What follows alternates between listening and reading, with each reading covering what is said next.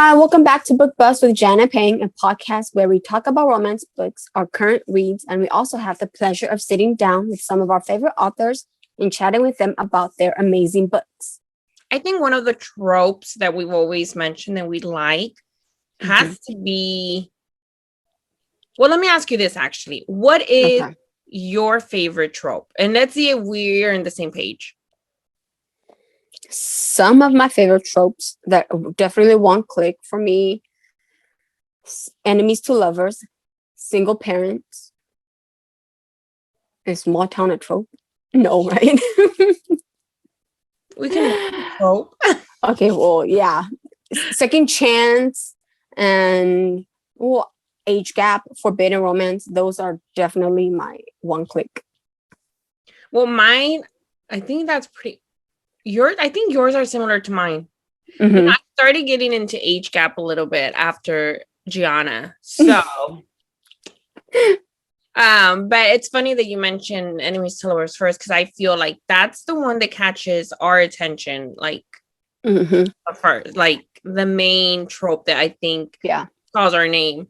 I know I'm reading a book right now that it's the beginning. The hero is like, I see it as an enemies to lovers, maybe. I don't know. But I love it. So I know one of my favorite authors that does write enemies to lovers is LJ Shen.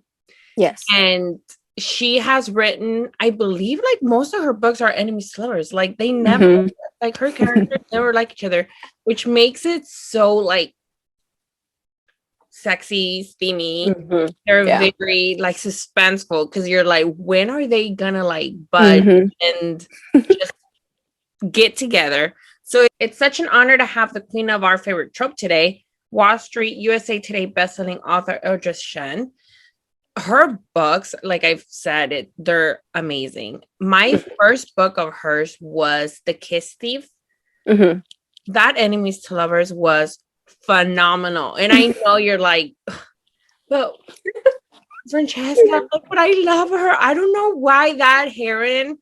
And it's funny because she used to be my favorite heroine of hers until I read Bad Cruz. And now Tennessee is my favorite heroine of hers to date. But Jessica and Wolf are some of my favorite characters of all time. I love them. I also love Playing with Fire. That enemies to lovers was really good. Pretty Reckless. Yes. And I think her books carry a lot of like tension between the characters that I personally love. And it's, I don't know, it's just very interesting to dive into her world. My first book by her was actually Dirty Headlines. And then I read it, and then you were like, oh my gosh, you need to read Midnight Blue. So I was like, okay, I'll pick it up. And then I picked up Midnight Blue, and I was like, oh my gosh, Alex, he's my everything. He's my everything. I love Alex. And then I think I was also iffy about her books because she wrote YA. And so I was like, I don't know if I want to read it. But I kept telling you, read them. You're like, read it. And then when I saw the cover for Pretty Reckless, I was like, you know, I am going to read it. I don't care. I'm going to read it. And so I read Pretty Reckless, and then everything changed. I was like, okay, I need to read her series.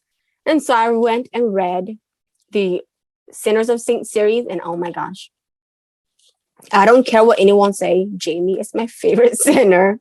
So yeah. And then everything is and it's sad because like that's like the shortest book. I know. Like I need more of Jamie. We are gonna convince her for more Jamie. But like I said, it's such an honor to have her here with us. So we hope you enjoyed today's podcast, and make sure you sit back, grab some coffee, and let's get to it.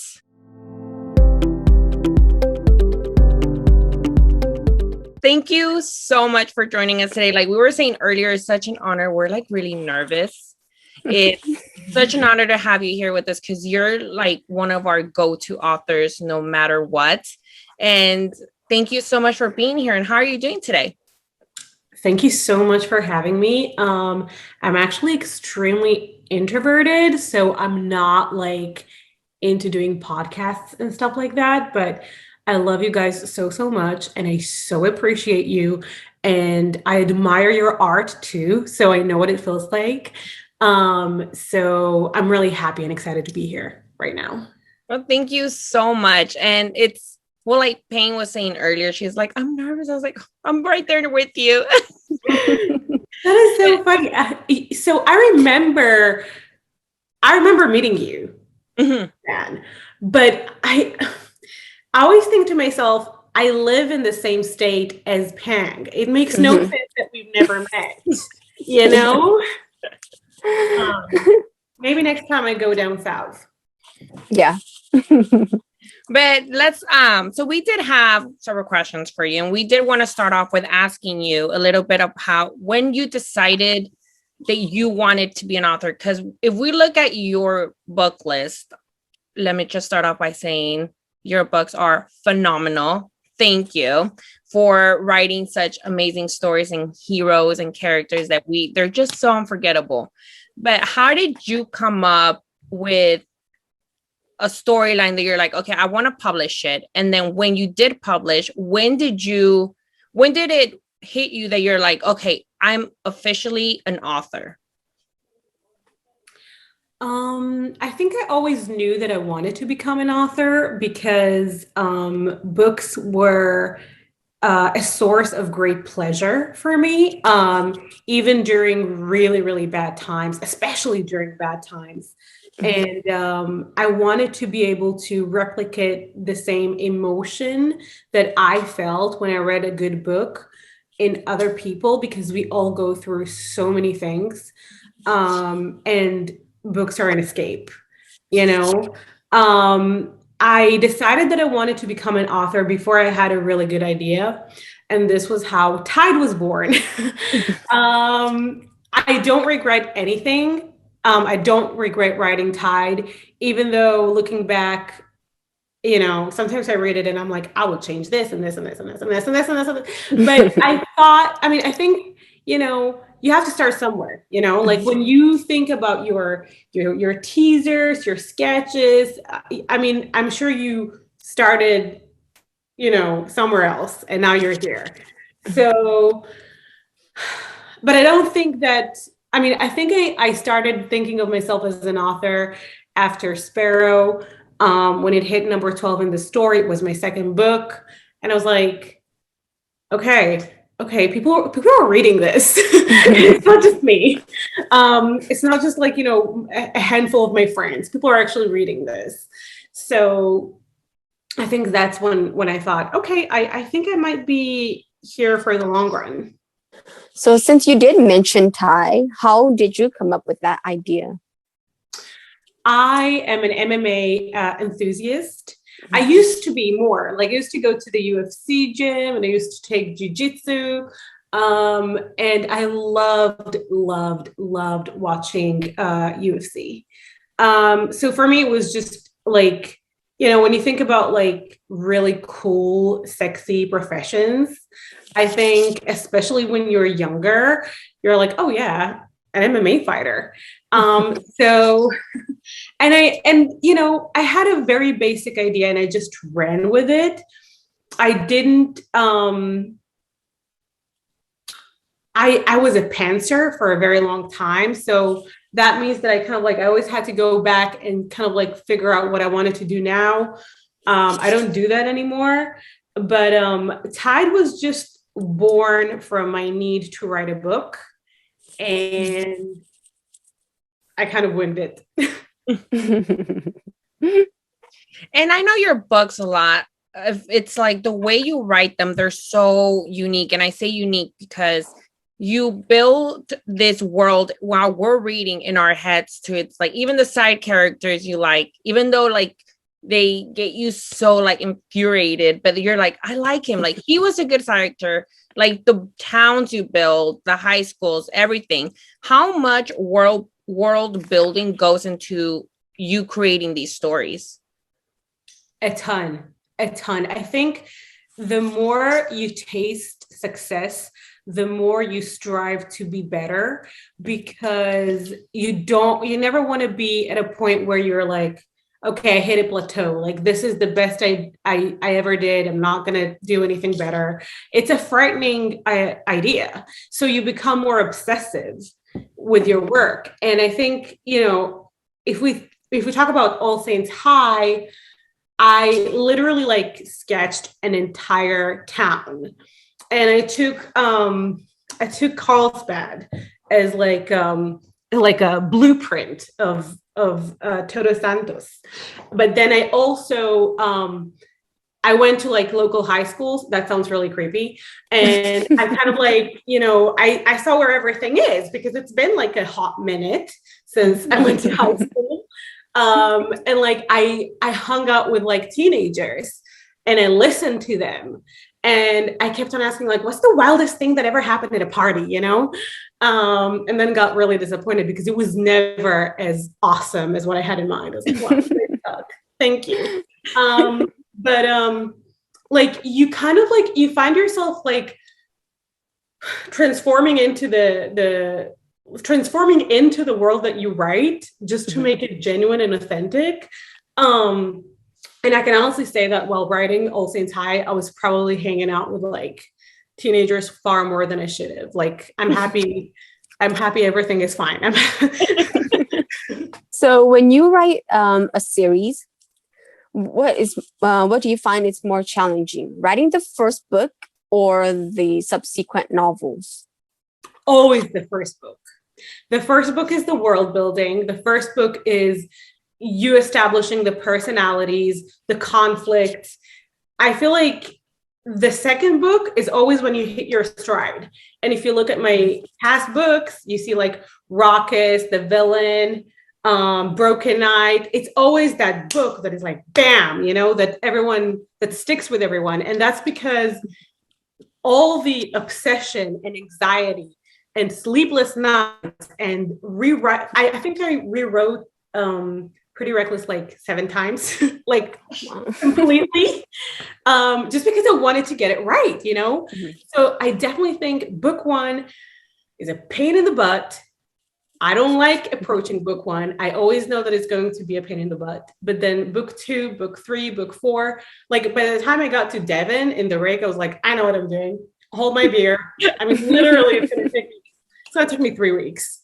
So when you start a series like with the All Saints High, before you start the first one, do you already know how many books are going to be in the series, or do you start it and then like, okay, maybe I'm going to take off one, or I'm going to be adding more? Do you already plan everything before you start writing?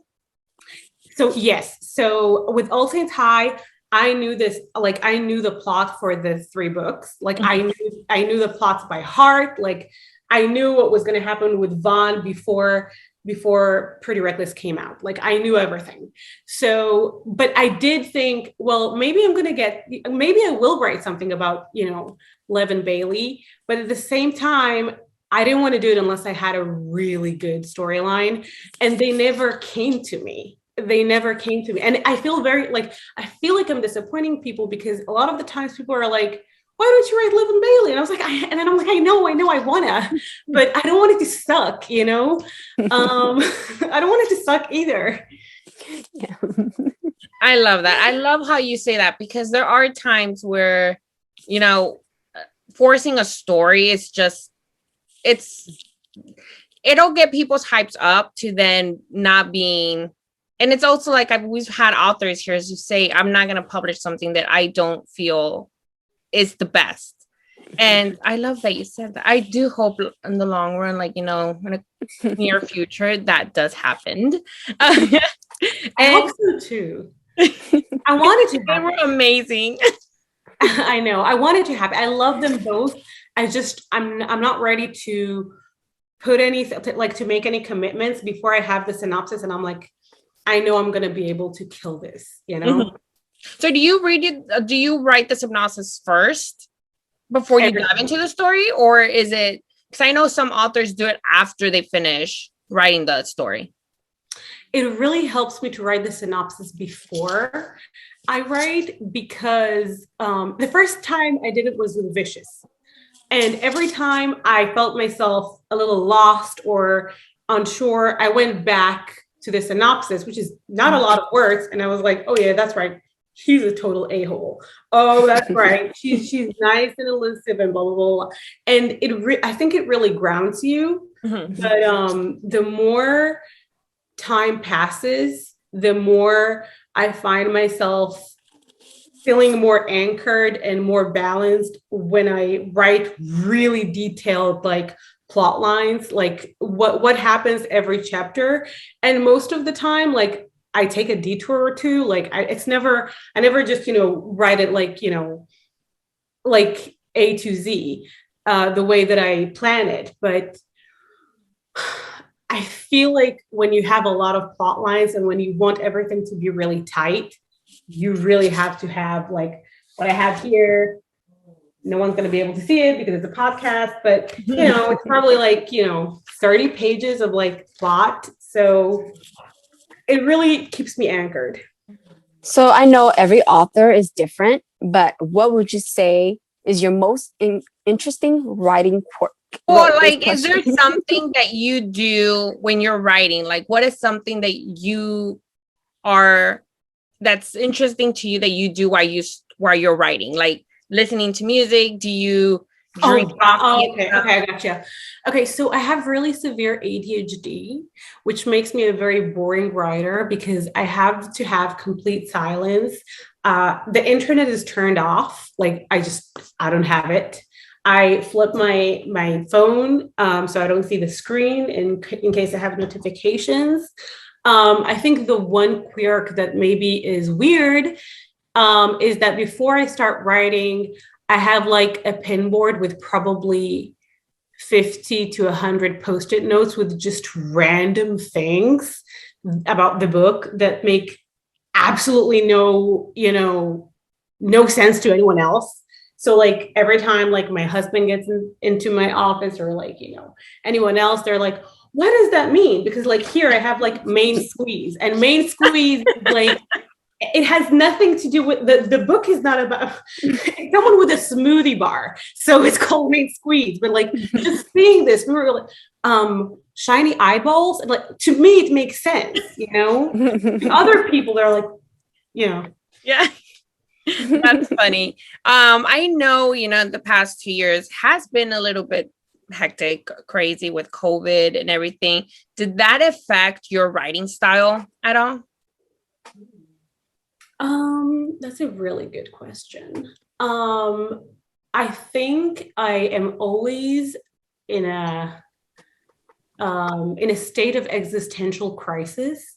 I'm always very, very fascinated by death, and COVID obviously really kind of, like, made me think about it more. But I think it worked, like, not in the way that I expected. Like, obviously I have a lot of anxiety over COVID. My dad had COVID and he's diabetic. So, but I think the fact that I was always so stressed, and my son is asthmatic, so it was a joy. Like, it was great. So I thought that I would be more morbid or more anxious, but, like, I think I really wanted to forget about, like, the whole setting of the world that I live in, that I started writing funnier books. And this is how Bad Cruz was born. I was just like, F this. Like, seriously, I want to write something that's fun. So I think that's how it helped me kind of, like, maybe, broaden my horizons. And I love that. And there's a comment that I want to do to you about Bad Cruz that I'm going to say later on. It's funny, but I'm just going to say it did make me cry, like, a lot. That's the thing. I was like, guys, I went home.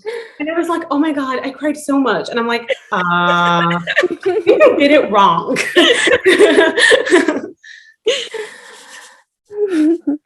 So what usually comes first, the plot or the characters? Okay. Either or, like there's no like it changes, but usually the books I know that are going to literally destroy everyone, the character comes first. So Vicious came first, came way before the plot. The Kiss Thief, the plot came first. So it really changes. But normally, when I sit down, I'm more excited about a character than like a plot. Mm-hmm. I love that you said that, because The Kiss Thief was my first book that I read of yours. And I was saying earlier how Francesca has been my favorite heroine of yours to date. And then I read Bad Cruz, and that changed with Tennessee. Mm-hmm. I love her. But I know a lot of people, like your readers, they have favorites. Like they have favorite characters, favorite books. And one of them, like Payne's, her favorite characters have to be, it's Daria.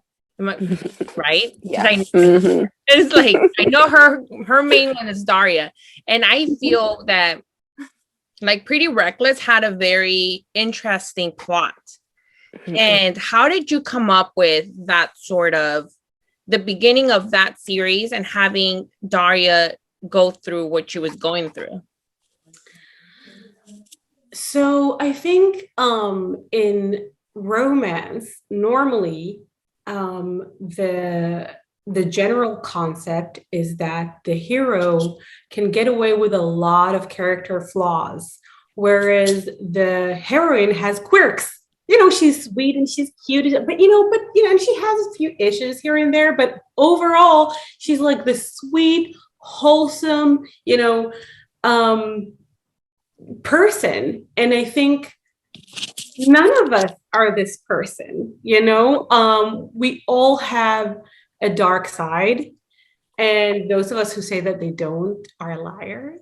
And I think you reach the peak of your flawlessness, your flawed personality when you're a teenager, because that's when all the insecurities and all the issues and your place in the world, everything kind of like boils into this whole mess. And I was feeling kind of weird about the fact that heroes can get away with so much, cheating and bullying and all those things. And like heroines were like, what's the worst that a heroine could do? Kiss someone else to make him jealous. And no. Daria, to me, was an amazing character because she grew. Mm-hmm. And this is the other thing. People grow. Mm-hmm. Like in real life, we grow all the time. I feel like life kind of like beats sense into us, and I feel like this is what Daria experienced. To me, it was a lot more interesting than writing a Mary Sue.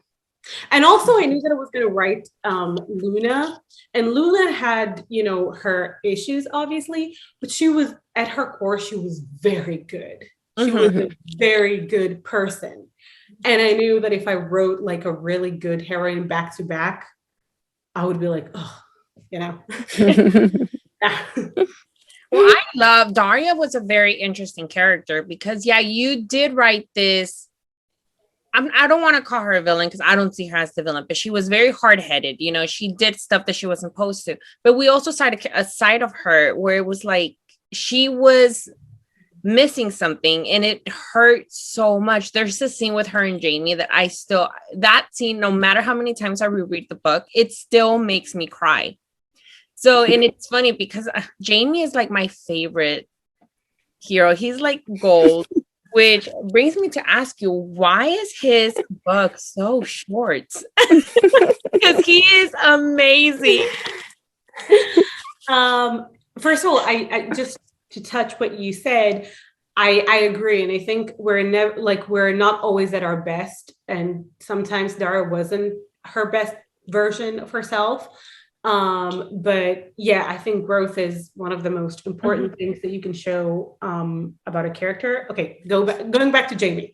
So it's actually this is like my one deep regret in my career.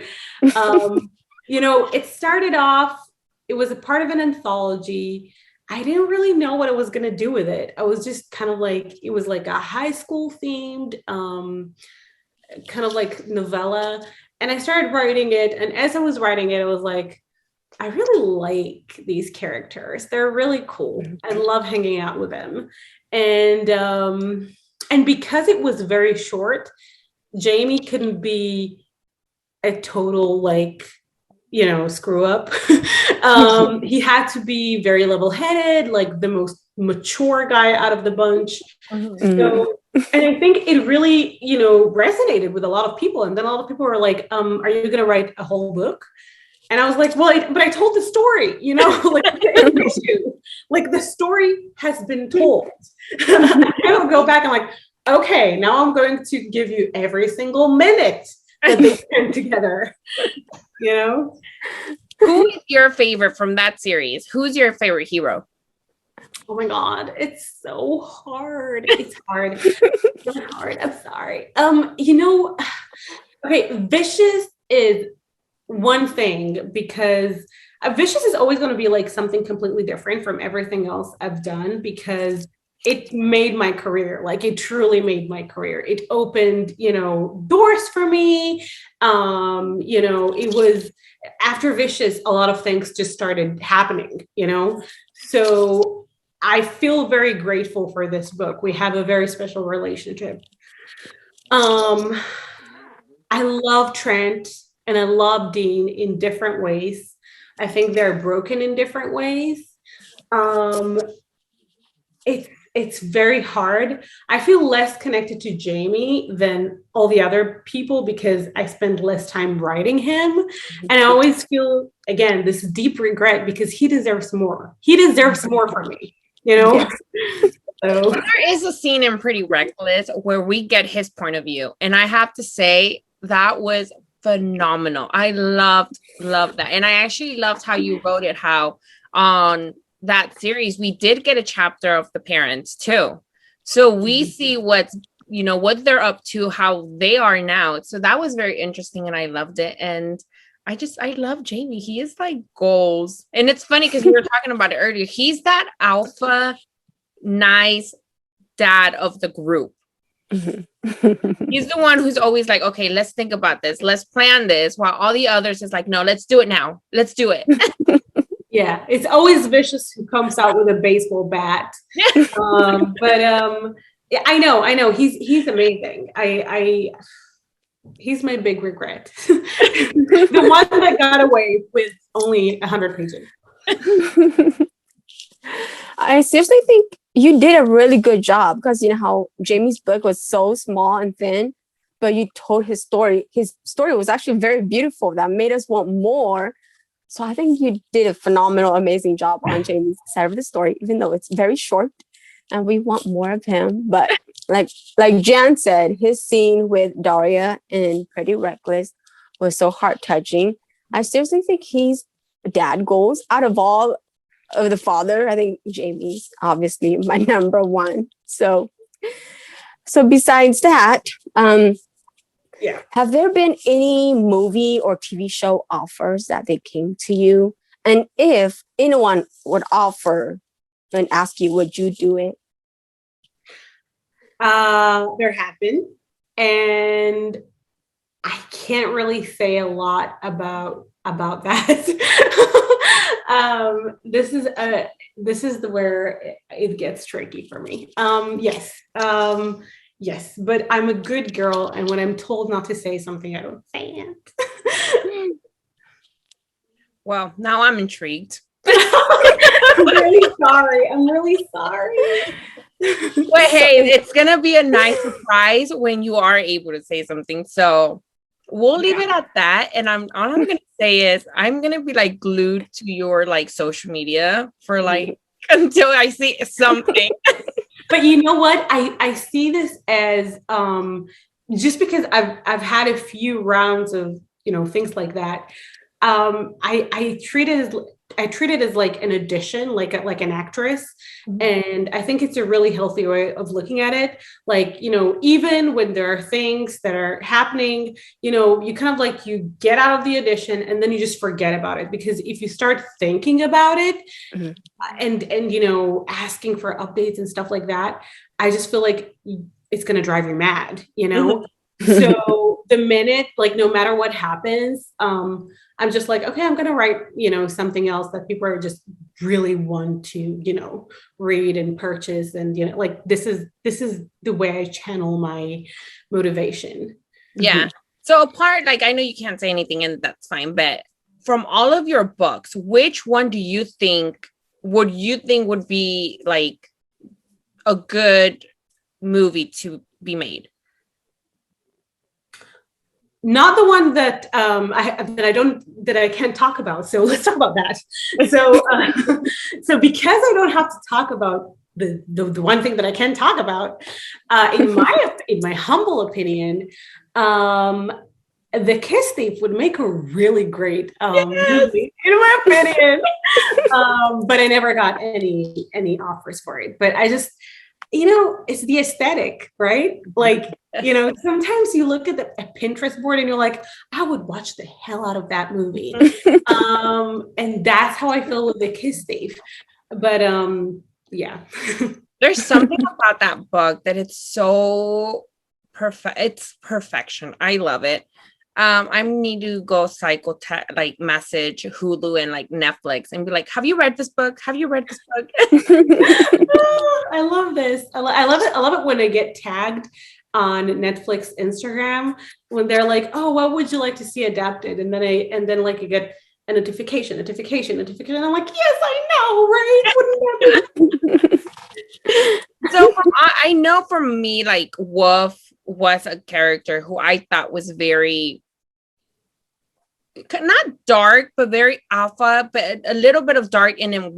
He did have a little bit of dark in him. But what I've noticed is your readers love Killian and Vicious. We had so many questions for Killian, like you could not imagine. Like I think every other question was Killian. So why do you think your readers are hardcore in love with Killian and Vicious? So I think something happened with Killian and Vicious that doesn't happen all the time. And that is the character has a taste. It's not just a voice. Like you can read an entire dialogue and know which part is his because you know his personality so well. And it was really great to write both of them, by the way. But Killian was like a second ago. So I remember that vividly. I just, being in his head, I just knew the guy. And I think they're both broken in places that we really want to fix, especially Killian, because it wasn't his choice. Nothing was his choice without getting into, I'm going to spoil it for people, but, and I think there's something very endearing about seeing someone fighting their feelings because they don't want to get hurt and how it sneaks up on you anyway. There's always this thing in historical books, reformed rakes make the best husbands. I think Lisa Clayton said that. And it's true, like they just love harder. I feel like Vicious and Killian ended up loving their, Emilia and Persephone harder than normal characters love their spouses. And it's funny because they're like these like alpha males, but they're like have the sweetest heart when it comes to them. And I'm like, oh, I want that. I think with Killian, it was even more interesting because Vicious was a sexual animal. Whereas Killian just found everything disgusting. Like he just didn't want to touch anything. You're like, how is this asexual being going to fall in love? It was a challenge. So we also got a lot of questions about if you're going to be writing any novellas or any like love letters, how you did for Vicious and for Killian and Persephone. So will you be having any of that soon for any characters? Not soon as in the next few months, but soon as in I'm planning something for 2022. Unfortunately, well, it's not unfortunate at all, but I just wrapped up a book that was supposed to take me 6 months and it took me 8 months. And it's not unfortunate at all because it comes out in November 2022 and it's literally like I'm obsessed with it. But a lot of the things that I thought I was going to do, I didn't end up doing. So I had to shift everything around. And now I have another deadline for early next year. So the short answer is yes. But the longer answer is it's going to take a few months. So what is more important to you? Character development or the plot? Character development.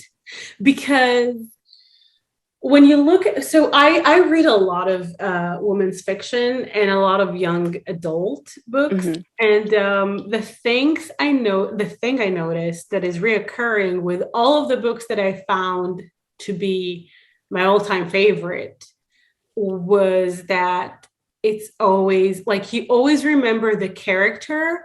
You don't necessarily remember the plot. Mm-hmm. I feel like this is a very radical thing to say as an author, but it's true, Okay, so there's this one author that I am actually obsessed with.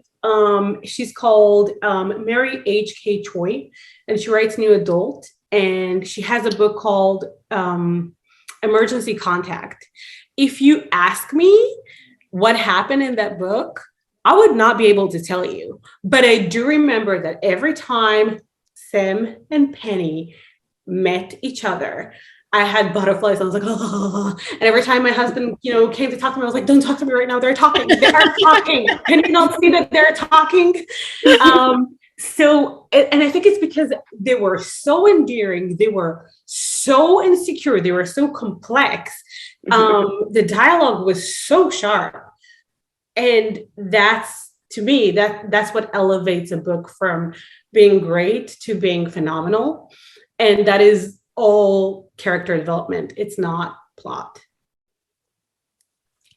From all of, I know you said a little, I asked you who your favorite hero from 𝐅𝐨𝐥𝐥𝐥𝐵 was. Who is from all of the books you've written, from all your couples, who is your favorite character and who is your favorite couple? Oh my God. Okay. My favorite couple would be, oh my God, it's hard. Can I look through my book list? Yeah. I'm gonna do it right now. You're not gonna judge me. I'm gonna do it right now. Yes, this is happening. Okay, the Kiss Thief has to be up there just because she got dealt a really shitty hand and she made the best of it.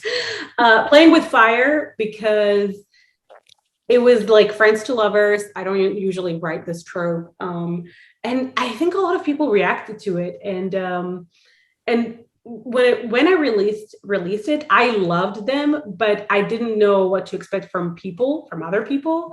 And I was kind of like, this might bomb. And I was very surprised when it didn't. And I was like, yay, I love you guys.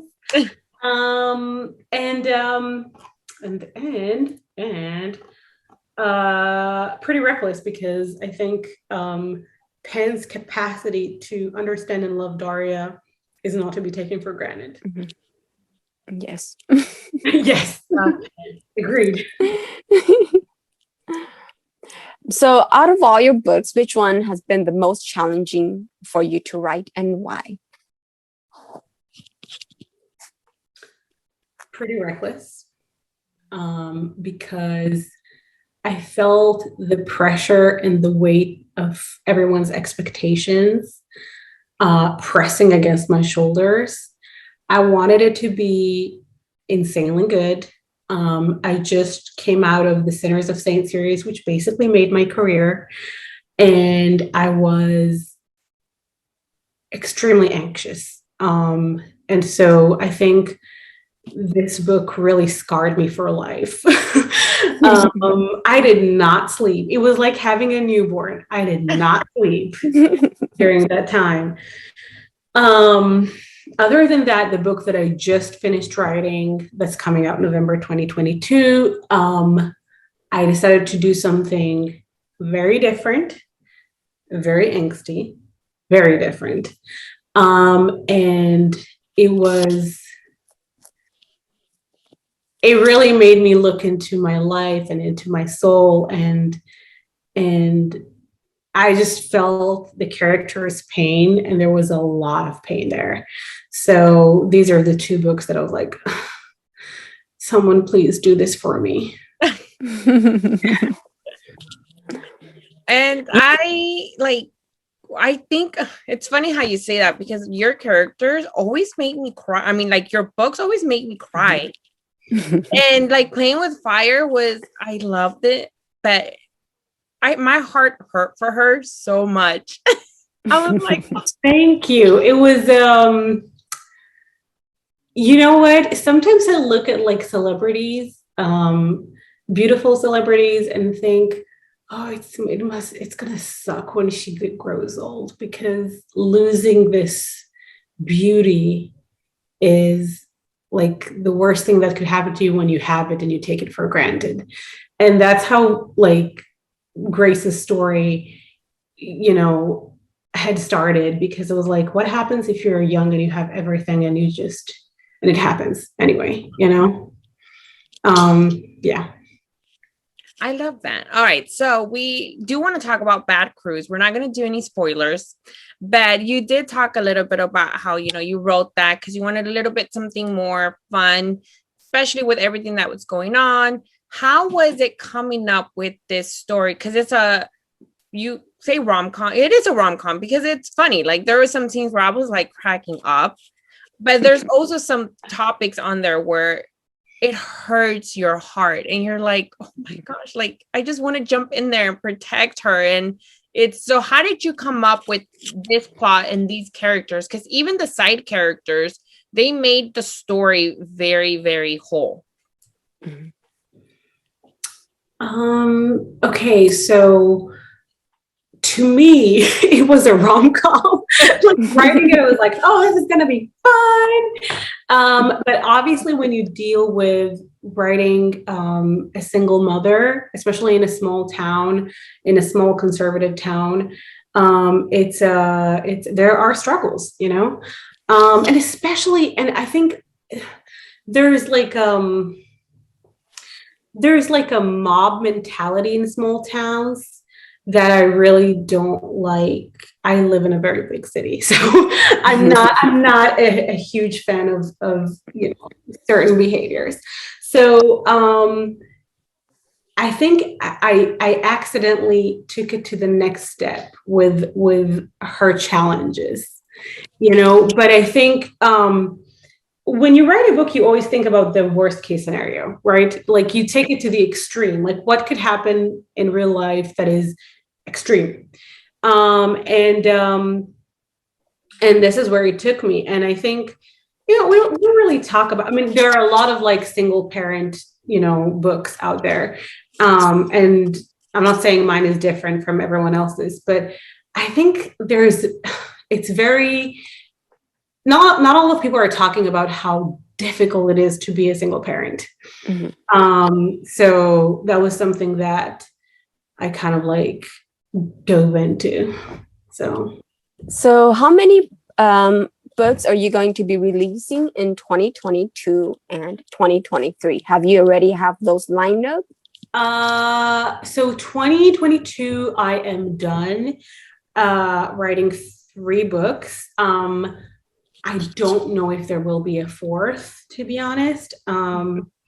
I like to take a few weeks after I finish a book and just kind of like gather, all the tidbits that I need to start writing another book.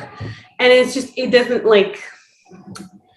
seem like something that I can sustain 4 books a year. But I never say never, sometimes things happen. Like the Kiss They've took me two weeks to write. And so, but it looks like 3 books. And then 2023, either 3 or 4, because I already know what I'm going to write. So. And how advanced do you write? Because I know you just said you finished the book for November next year. How far in advance do you write your books? Very, very. I'm already working on my 2023 book right now, like my first one. So I work really far ahead. Because I feel like there's always some books take longer to edit. Mm-hmm. Some books take longer for anything, like sometimes you're just stuck and you're like, okay, I need to go back and rewrite the entire first 50%. And my books run long, they're like 120K. So to me, it's just writing a book and giving myself 3 months is just not going to cut it. Mm-hmm. I don't want to release a half-baked product, Mm-hmm. And I know we did go over a little bit where you're going to be releasing, and without giving spoilers, what can what can readers expect for Ruthless Rival and The Rake? Because those are coming up next, correct? Yes. So The Rake is a case of my wanting it to have a touch of darkness and then pouring the entire bottle of darkness onto the book without realizing it. It's going to be dark. I was like, this is just a pinch of darkness. Oh shit, this is not a pinch of darkness. It is dark. So yeah, it's the first book I put a trigger warning in. So that happened. And then Ruthless Rival, the one thing that people kept telling me, beta readers and editors, was it really feels like the Sinners of Saint. And we'll keep it at that. So, yeah. Interesting. So before we let you go, we started doing this with some of the authors that we interviewed. How well do you know your book?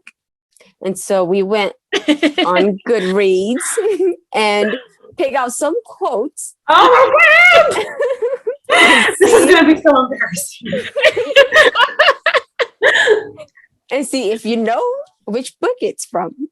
I think we picked some pretty easy ones, but we'll see. I'm legitimately shitting my pants right now. That's okay.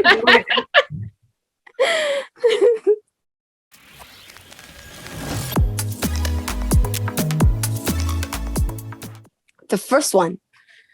No love is fully requited. No love is equal. No love is fair. There's always one side that loves more, and you better not be that side because it suffers. The Kiss Thief. Yes, you got it. Because that was the problem with society. It cared too much about who you fell in love with, but never about why. Defy. You got it.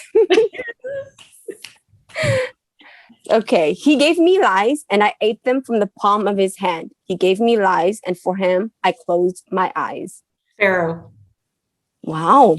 Oh my God, I'm on fire. I just jinxed it for myself. Okay, now for this one. Hate is just love with fear and jealousy thrown into the mix. I think Vicious. Are you sure? Oh, Jesus Christ. It sounds like Vicious. Could it be Killian? Yeah, it's Killian. Ah!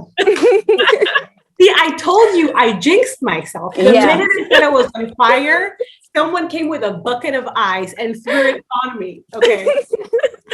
Now this one. I used to think of you as a villain, but you're not my villain. You're your own villain. Vicious. Okay, yeah. Now that's vicious. The last one. And I would travel from asteroid, trying to find the one that would be ours, building palace after palace until it feels like home. Holy crap. Oh, God. And we cut that one because we're like, no, the last part, it's totally going to give it away. Oh, my God. I literally have no idea. I'm thinking maybe Midnight Blue. Yes, Midnight Blue. Go, girl. I have it. You did a really good job. Blue. Spent 8 months of my life writing this. Maybe. I don't know. Midnight Blue had something about stars. I remember that. Mm-hmm. Mm-hmm. But then also raucous and a little bit of broken eyes. I was like, okay, first of all, you need to stop with like the star theme. You know, this is too much. Well, that's it for our little game. Thank you so much for joining us today. We had so much fun talking to you about your books. I am so excited for what you have coming up. Thank you so much for having me. Seriously, I had so much fun. And again, like you normally, like when I get asked things, I'm like, no, it's okay. I'd rather not. But you guys are you guys. So I was like, I can say no to this. And TJ was like, no, you can't say no to this. You have to say yes. But it was so nice to hang out with you guys. And you guys rock. I love you so much. Thank you so much. And like Pink said, we're so thrilled and excited for everything that's to come. And happy early release day on Bad Cruz. I cannot wait for everyone to read it because it is literally phenomenal. And I am crossing my fingers for anything that's to come out of that. Pink, we need to like post on the Sassy Sparrow, but like, wouldn't you want this? Wouldn't you want that? Thank you so much. And we hope you have a great weekend. You too, guys. Thank you so much. Bye. Bye.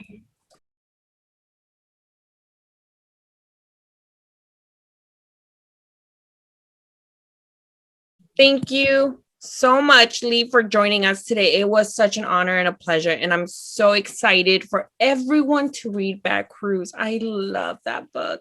Yes. And it's so funny that she said that she thought it was a rom-com because I remember when I finished it, I messaged you and then I was talking to TJ at the same time.